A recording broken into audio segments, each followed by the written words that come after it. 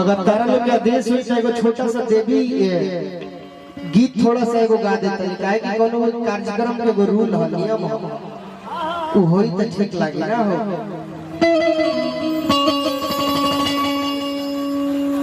एगो भक्त माई के दरबार में जाके माई से कहलस का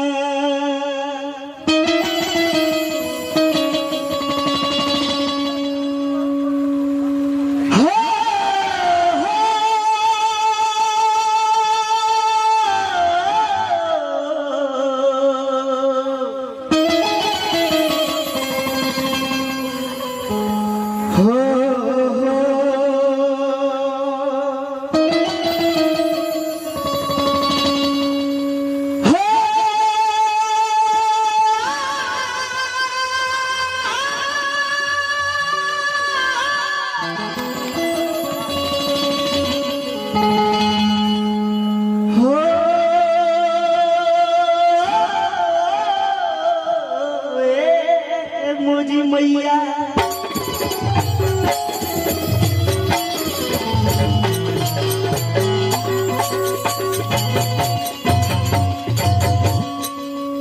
माई से कहलस कि माई ए मतारी तारा दया के बिना इज्जत की सृष्टि अधूरा बरे माई। तोहरे कृपा बाकी गुलुआ कुछ बोला था गुलुआ कुछ गावा था अपन कृपा सदैव बनैले रहे माई। लइका कहलस बबुआ का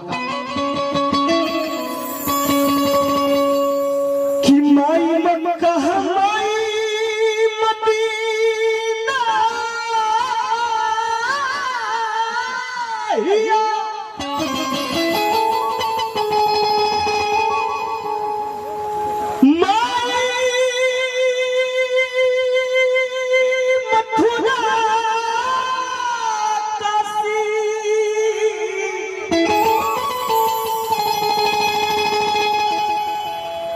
इतने ना भैया कीजिए माई के कदी न पूजा धर्म कदम सपना सी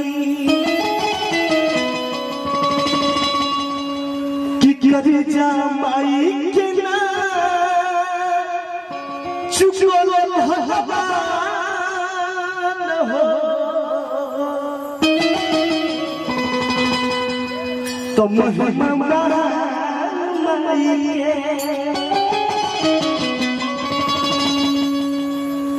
एगो गीत हम बड़ा प्रेम से गाई ले अब बड़ा अच्छा लगे हमारा गावे में उहे गीत बा अब है बाबा कि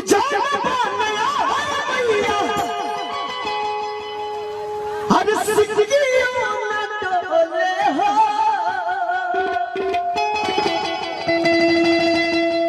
कितना ही बनवाना। अच्छा हमें कतना लोग गुलुआ से प्रेम करला तनी हाथ उठावे तो एगो हाला करके गुलुआ ने तनी आशीर्वाद दे देलो तनी ताली बजा आई लव यू टू बड़ी प्यार करला तारा लोग से गाय तो कम से कम ताली बाजे के चाहिए ना हो। तो लइका कहलस का कि जाना मैया आज जिंदगी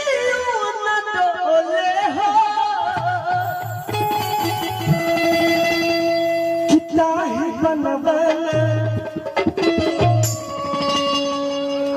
कितना ही बनवाना तो मैया वाली लबली बसरा हो ताही बनवाना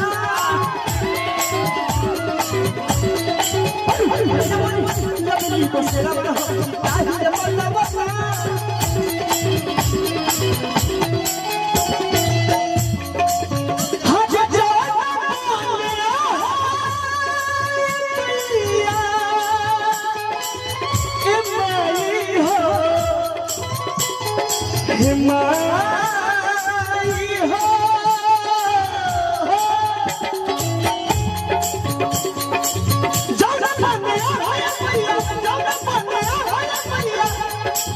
आज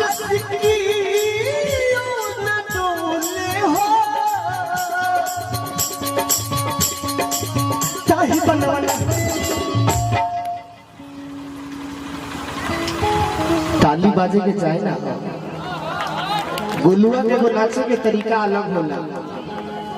लोग तो नाचबे करेला, लेकिन गुलुआ के नाचे के तरीका अलग बा।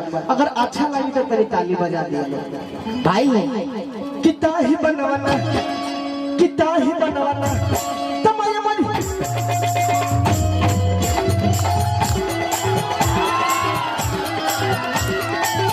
तमाया मनी लबली बसलवा नाही रे मन।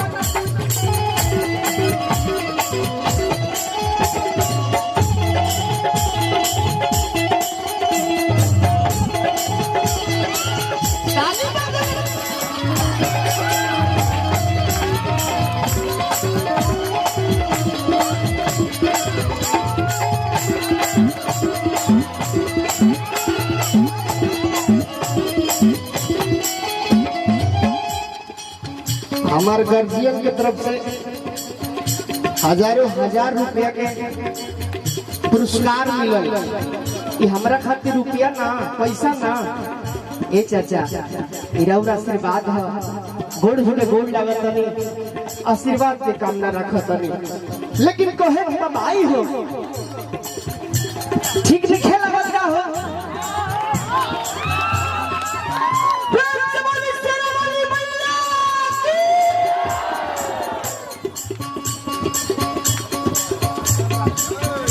लेकिन बहुत मजा आवता प्रोग्राम करके,